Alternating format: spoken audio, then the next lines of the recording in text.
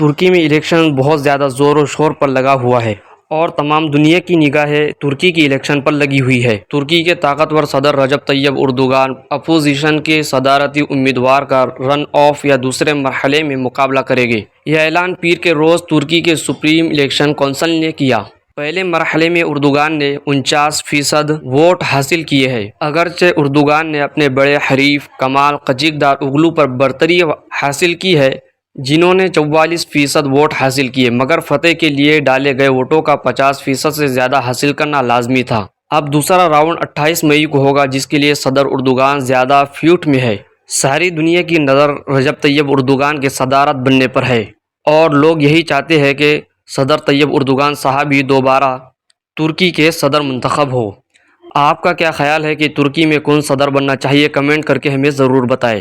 Video کو like اور اسی طرح کی ویڈیوز دیکھنے کے لیے ہمارے چینل کو سبسکرائب کریں۔